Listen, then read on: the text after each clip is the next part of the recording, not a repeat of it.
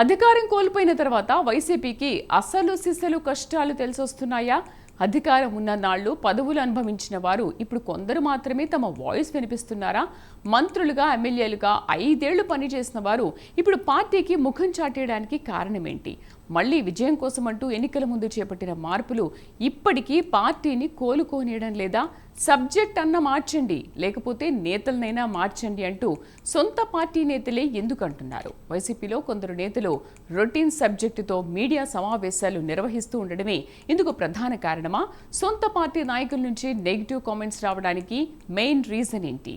ఎన్ని ప్రెస్ మీట్లు పెట్టామన్నది కాదు, ఎంత సబ్జెక్టు చెప్పామన్నదే ముఖ్యమని అంటున్నారా? ఇక పబ్లిక్ని ఆకట్టుకునే సబ్జెక్టుపై నేతలు దృష్టి సారించాల్సిందేనా? నేతల్లో సబ్జెక్టు అబ్జెక్టివ్ ఉన్న నేతల కోసం పార్టీ అధిష్టానం అన్వేషిస్తుందా? ఇందుకోసం పార్టీ అధినేత రంగంలోకి దిగారా? ఇందుకీ ఫ్యాన్ పార్టీలో జరుగుతున్న ప్రచారంలో వాస్తవం ఎంత?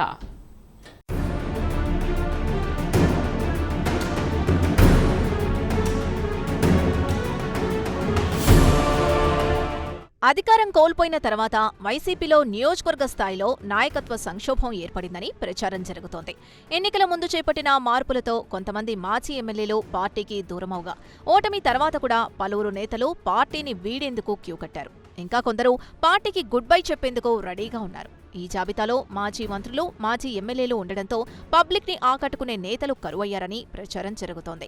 అయితే పలు నియోజకవర్గాల్లో వైసీపీని నడిపించే నాయకుడే లేరని ప్రచారం జరుగుతోంది. ఇలా రాష్ట్ర వ్యాప్తంగా దాదాపు అన్ని నియోజకవర్గాల్లో వైసీపీ ఇన్ఛార్జీలు సరిగా పనిచేయడం లేదని, వారి వ్యవహారం చూస్తే పార్టీ బాధ్యతల నుంచి తప్పుకోవడానికే ప్రయత్నిస్తున్నట్టు కనిపిస్తోందంటున్నారు.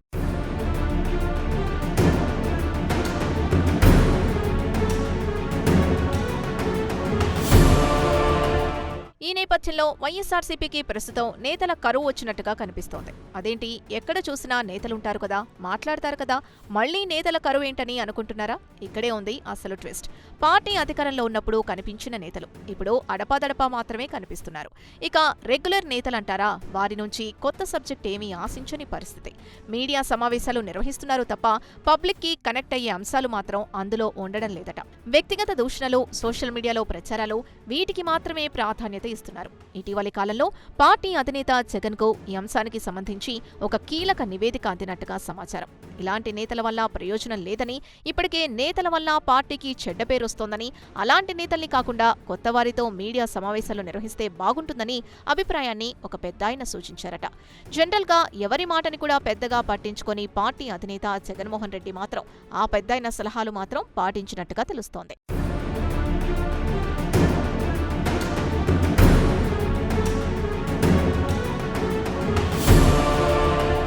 ఆ పెద్దాయన ఇచ్చిన సలహా ఏంటంటే, రెగ్యులర్గా కొందరు మాజీ మంత్రులు మాత్రమే ప్రస్తుతం వైఎస్ఆర్ పార్టీ నుంచి యాక్టివ్గా కనిపిస్తున్నారు. యాక్టివ్గా కనిపిస్తున్నా సబ్జెక్ట్లో మాత్రం యాక్టివ్ కనిపించడం లేదు. బోరింగ్గా వారి మాటలు ఉంటున్నాయని కొందరు అంటున్నారు. మరికొందరైతే వ్యక్తిగత దూషణలు, ఫ్యామిలీపై కమెంట్ చేయడానికి ఏమాత్రం వెనకాటం లేదు. ఇలా మాట్లాడటం వల్ల పార్టీకి మైలేజ్ సంగతేమో, కానీ ఉన్న కాస్త కూస్తో ఇమేజ్ కాస్త గంగపాలవుతుందని మరికొందరి వాదన. సబ్జెక్ట్ లేకపోతే సైలెంట్గా ఉండొచ్చు కదా? ఆహా, అలా కాదు, ప్రతిరోజు ఏదో మాట్లాడడానికి ప్రయత్నం చేస్తూనే ఉన్నారు.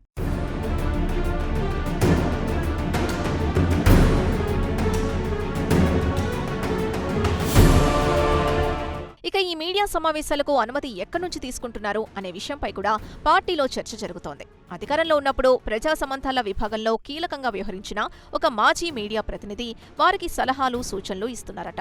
ఆ ప్రతినిధిపై గతంలో కూడా విమర్శలొచ్చాయి. ఏదైనా మంచి సబ్జెక్ట్తో ఎవరైనా మీడియా సమావేశం నిర్వహిస్తామని ఆయన దృష్టికి తీసుకొస్తే వెంటనే దాన్ని తిరస్కరిస్తారట. తనకు అనుకూలంగా ఉన్నవాళ్లు మాత్రం ఏ సబ్జెక్టు మాట్లాడాలనుకున్నా వెంటనే గ్రీన్ సిగ్నల్ వస్తుంది.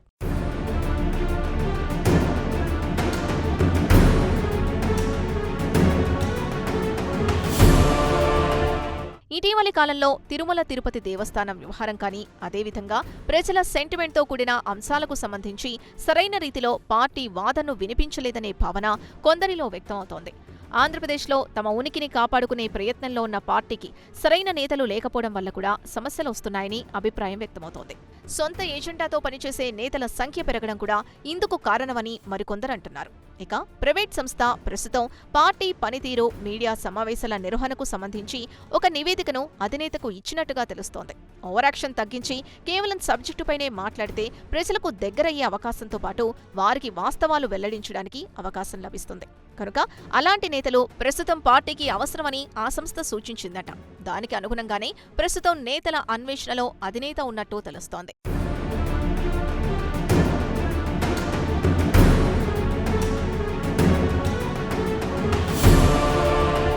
ప్రస్తుతం వైసీపీ అంటే అధినేత జగన్ ఒక్కరే అన్నట్లుగా కొన్ని నియోజకవర్గాల్లో పరిస్థితి కొనసాగుతోందని అంటున్నారు. పార్టీ యంత్రాంగం ఈ విషయంలో దృష్టి పెట్టకపోతే సమీప భవిష్యత్తులో ఆయా నియోజకవర్గాల్లో వైసీపీ మళ్లీ కోలుకోలేని దెబ్బతింటుందని హెచ్చరిస్తున్నారు. దీంతో కొత్త నేతల కోసం పార్టీ అధినేత జగన్ అన్వేషిస్తున్నట్టు తెలుస్తోంది. మరి మాజీలను తీసుకుంటారా లేక కొత్త వారికి ఛాన్స్లిచ్చి క్యాడర్లో జోష్ నింపుతారో తెలియాలంటే మరికొన్ని రోజులు వేచి చూడాల్సిందే.